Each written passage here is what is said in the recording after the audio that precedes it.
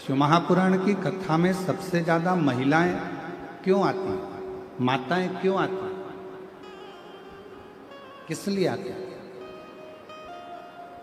जिस बहन जी ने प्रश्न किया मैं उनको हाथ जोड़कर निवेदन करूंगा कि मेरी जीजी, जगत में केवल एक माताएं ही ऐसी होती हैं, मेरी बहन ही ऐसी होती हैं, मेरी बहुएं, मेरी बेटियां, मेरी माताएं ही केवल ऐसी होती हैं जो अपने लिए कुछ नहीं मांगती, हमेशा अपने परिवार की खुशी ही मांगती। एक पुरुष और एक स्त्री,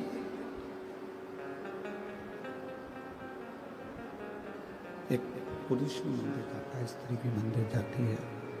एक पुरुष भी मंदिर जाता है और एक स्त्री भी मंदिर जाती है। दोनों के मंदिर जाने में अंतर है।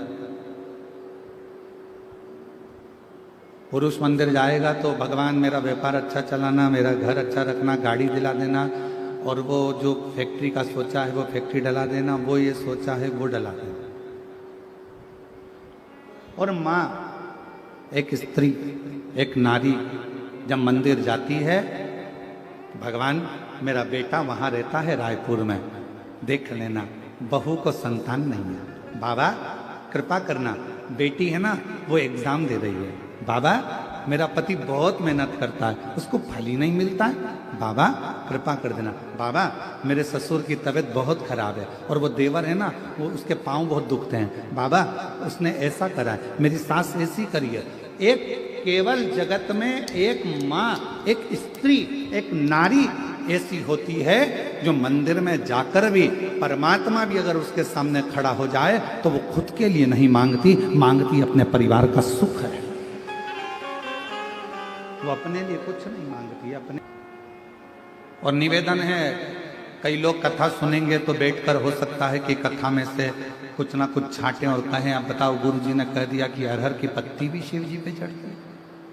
तो हमारा निवेदन है, पहले एक बार शिव महापुराण को जरूर पढ़ना। पृष्ठ संख्या गीता प्रेस गोरखपुर की शिव पुराण का 123वें नंबर का प्रश्न निकालना और उसमें पढ़ना। विदिशा की कथा कि अरहर की पत्ती का कितना महत्व है। कुछ नहीं मिला उसको, विदिशा को कुछ भी प्राप्त नहीं हुआ। अरहर की पत्तियों को तोड़कर भगवान शंकर का श्रृंगार कर रहा है, शिव का श्रृंगार। और कितना भोला है मेरा शंकर। ए मेरी जीजियों, तुम्हारे पास चढ़ाने के लिए बेलपत्र नहीं है, आग का पुष्प नहीं है, धतूरा नहीं है, तुम्हारे पास कनेर का फूल नहीं है, तुम्हारे पास जल नहीं है, तुम्हारे पास कोई वस्तु नहीं है, तो शिव महापुराण की कथा कहती है, मंदिर जाते समय रास्ते में कोई पौधा, कोई पेड़ मिल जाए तो उसकी भी पत्ती तोड़कर तुम शंकर जी को चढ़ाओगे तो भी शिव प्रसन्न हो जाता है, मेरा औघड़दानी प्रसन्न हो जाता है। मेरे शंकर भगवान को प्रसन्न करना बहुत सरल है। भगवान शंकर को प्रसन्न करने के लिए कोई कह रहा है धतूरा जरूर होना चाहिए, ये फूल जरूर होना चाहिए, बेलपत्र जरूर होना चाहिए।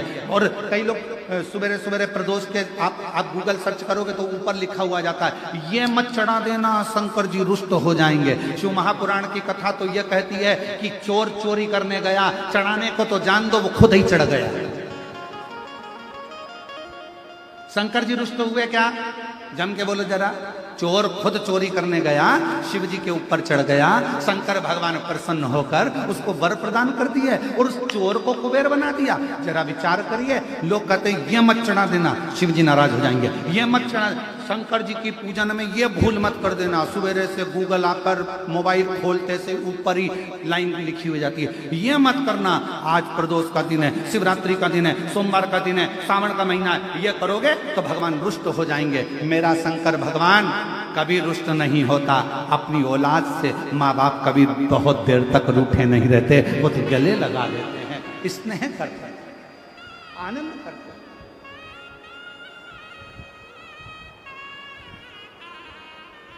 ये दुनिया के लोगों ने तुम्हें डराने के लिए बहुत कुछ कर रखा है, ऐसा करोगे तो ऐसा हो जाएगा, ये मत करना, वो मत करना, शंकर जी की पूजन मत करना, तो शिव जी पे चढ़ा जल मत जी पे बेलपत्र मत चढ़ाना, तो ये मत खाना, तो ऐसा मत खाना, तो वैसा। ये केवल भ्रम उत्पन्न करा, केवल।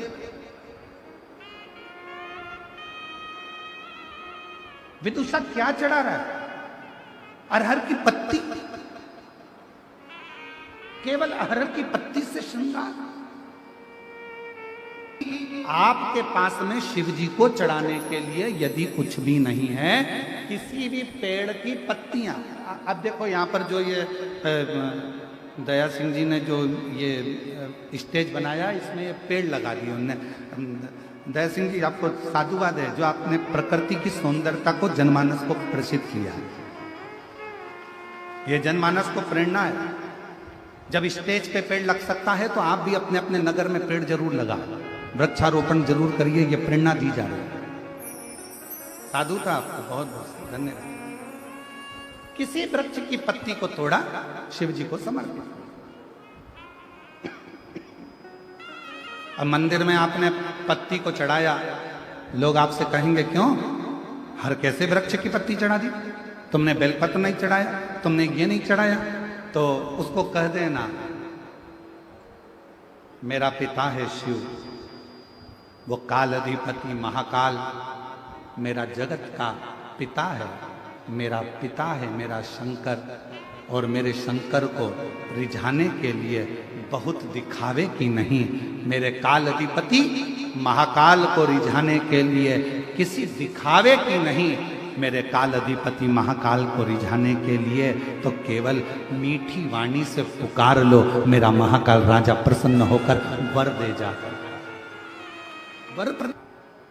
सावन के महीने में जब कावड़ यात्रा आए, सीहोर की अगर कावड़ भरने के लिए आओ और तुम्हारे यहाँ यदि औलाद ना हो, और प्रदोष के दिन की कावड़ अगर सीहोर की तुम भरने के लिए आओ, तो अपनी गोदी में थोड़ा सा धान चावल गोदी में बांध लाना, और उस गोदी में बंधे हुए चावल को जब प्रदोष के दिन, और वो कावड़ फिर भरा रही है 6 अगस्त को, प्रदोष के दिन जब आप कावड़ भरने सीहोर आओ, सीवन माँ का जल भरो तो अपनी झोली में गोदी में चावल डाल लाना, और वो चावल गोदी में रहने देना, कावड़ लेकर कुबेर भंडारी के यहाँ जाके चढ़ाना, बाद में हाथ में चावल लेकर अपने मन की कामना कर कर कुबेरेश्वर बाबा को वो 2 दाने 4 दाने धान के दे देना, और वंश की वृद्धि उससे होती है। हम फिर कहेंगे, फिर मौका मिल रहा है 6 अगस्त को कावड़ के दिन, प्रदोष के दिन की कावड़ सुबह 9 बजे फिर भराएगी सीवन नदी से, सीहोर से।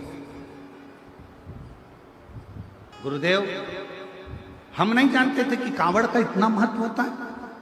हमने पशुपति व्रत करे, सोमवार का व्रत करा, डॉक्टरों से भी दिखवाया पर कोई योग नहीं सामने आया, सफेद आंकड़े की जड़ का प्रयोग करा, फिर हम बाबा को कावड़ चढ़ाए और धान का गोदी में लेकर प्रयोग करा। गुरुदेव, बाबा की ऐसी कृपा हो गई, मेरी पत्नी ने मुझसे कहा था कि थोड़ा सा चावल लेकर चलना, हम बाबा की कृपा से बाबा को 2 दाने चावल के हमने क्या समर्पित करे, मेरे बाबा ने 15/10/2024 को मेरे घर में 2 पुत्र रत्न की प्राप्ति हो गई। मैं बाबा को यहाँ प्रणाम करने के लिए, एक नहीं मेरे बाबा ने मुझे 2 दिए। अब अगला पत्र, लोग कहते हैं सीहोर की कावड़ इतनी प्रसिद्ध क्यों है? सारी दुनिया में जेंट्स पुरुष लड़के कावड़ लेकर जाते हैं और सीहोर की कावड़ महिलाएं लेकर जाती हैं। क्यों? कई माताएं अपनी झोली पसार कर धान गोदी में डालकर, जिनके यहाँ 15-15, 20-20 साल तक औलाद नहीं होती, वो भी कमर में खोस कर 2 दाने चावल के रखकर कंधे पर कावड़ लेकर प्रदोष के दिन कावड़ भरने के लिए चलती हैं, और पति के साथ कदम से कदम मिलाकर आनंद के साथ दोनों चलते चलते बाबा को कावड़ चढ़ाते हैं, और बाद में वही चावल का दाना कुबेरेश्वर बाबा पर देते हैं। मेरा बाबा उसकी झोली भर देता है, संतान दे। इतना महत्व कुबेरेश्वर बाबा की कावड़ का है, इतना।